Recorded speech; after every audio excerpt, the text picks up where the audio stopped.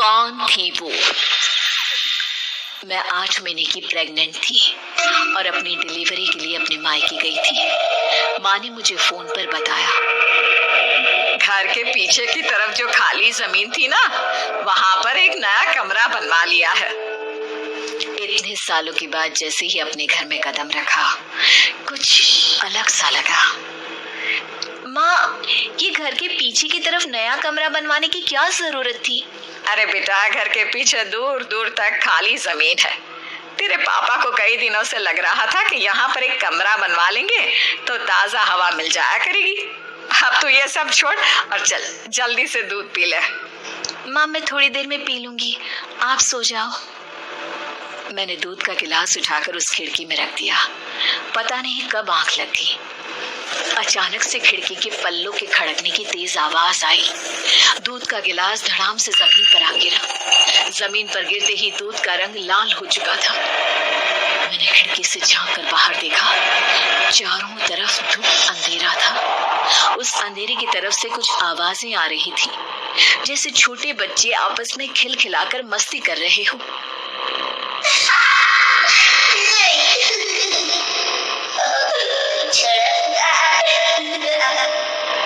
इतनी रात को इतने घनघोर अंधेरे में बच्चों की आवाज कैसे आ रही है? घड़ी में वक्त देखा तो ठीक 12 बजे थे। देखकर मैं सन्न रह गई। बुरी आत्माओं और भूतों की कई कहानियां मैं सुन चुकी थी। वक्त भी कुछ ऐसा ही था। ऊपर से मैं प्रेग्नेंट। सुना था कि ऐसे वक्त में अक्सर बुरी आत्माएं औरतों का पीछा करती है, तो क्या मेरे पीछे भी? पसीने से तरबतर बड़ी मुश्किल से, जैसे कांपते हाथों से मैंने उस खिड़की को बंद किया। जल्दी से जल्दी उस कमरे से बाहर निकलकर माँ के पास जाने के बारे में सोचा, लेकिन जैसे ही दरवाजे की तरफ पलटी, लगा कोई साया हवा की स्पीड से दरवाजे के सामने से गुजर गया। मेरे गले में अटक कर रह गई। मैं जोर से चीख कर माँ को बुलाना चाहती थी, लेकिन वो आवाज खुद मेरे कानों तक नहीं पहुंच पा रही थी। तो माँ तक कैसे पहुंचती? खिड़की के पल्ले एक बार फिर तेज हवा के झोंके से धड़ाम करके खुले और पूरी ताकत से मैं चीख पड़ी। जानती थी मेरी चीख की आवाज सुनकर कुछ ही सेकंड में माँ वहां पहुंच जाएगी, लेकिन ऐसा कुछ हुआ ही नहीं। मेरा कलेजा डर के मारे फटा जा रहा था। आखिर माँ ने मेरी आवाज क्यों नहीं सुनी? इतनी गहरी नींद में तो माँ कभी नहीं सोती। ठीक पीछे खुली हुई वो खिड़की। मुझ में इतनी ताकत नहीं बची थी कि मैं पलटकर उस तरफ देख भी सकूं।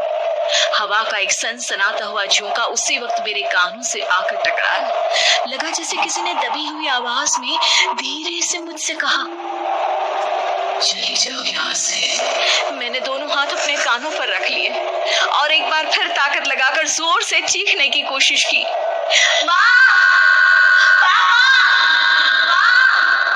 मेरी आवाज उस कमरे की दीवारों से टकराकर वापस मुझे ही सुनाई दे रही थी। जितनी ताकत के साथ मैंने चीखने की कोशिश की थी, कुछ ही देर बाद उससे कहीं ज्यादा तेज और दर्दनाक चीख मुझे सुनाई देने लगी। कि आवाज ठीक मेरे पीछे खिड़की से आ रही थी। वो आवाज मेरे कानों में पिघलते हुए लोहे की तरह गिर रही थी। उन आवाजों में हैवानियत थी। वो आवाजें किसी इंसान की नहीं है, इतना मैं समझ चुकी थी। कांप रहे हाथों से मैंने अंधेरे में कुछ ढूंढने की कोशिश की। तभी अचानक मेरा हाथ बेड पर रखी टॉर्च पर पड़ा। किसी तरह ताकत लगाकर टॉर्च का बटन ऑन किया, लेकिन ये क्या? सामने दरवाजे पर 3 छोटी लड़कियां खड़ी हुई थी। उनके हाथ में स्टील के चमचमाते हुए चाकू थे।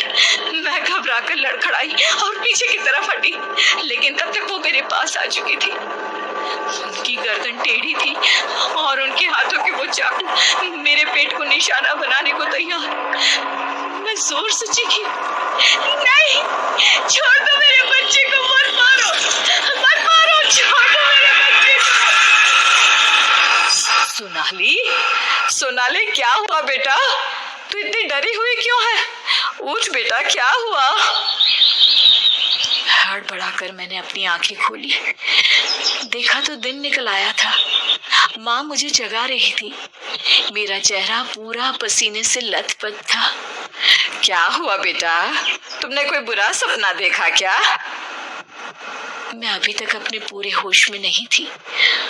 वो मेरे बच्चे को मार देगी माँ। वो लड़की मेरे बच्चे को। मैंने घबराकर अपने पेट को छुआ। सब कुछ ठीक था। और वो दूध जो रात को यहाँ पर गिर गया था, उसका रंग लाल हो गया था। माँ ने हंसते हुए दूध का गिलास मुझे दिखाया। तुमने दूध पिया ही नहीं, पूरा का पूरा ऐसे ही रखा हुआ है। तुमसे कहा था ना सोनाली, सेहत के लिए लापरवाही ठीक नहीं बेटा। लेकिन मैंने तो सब कुछ अपनी खुली आंखों से देखा था। ये सपना कैसे हो सकता है?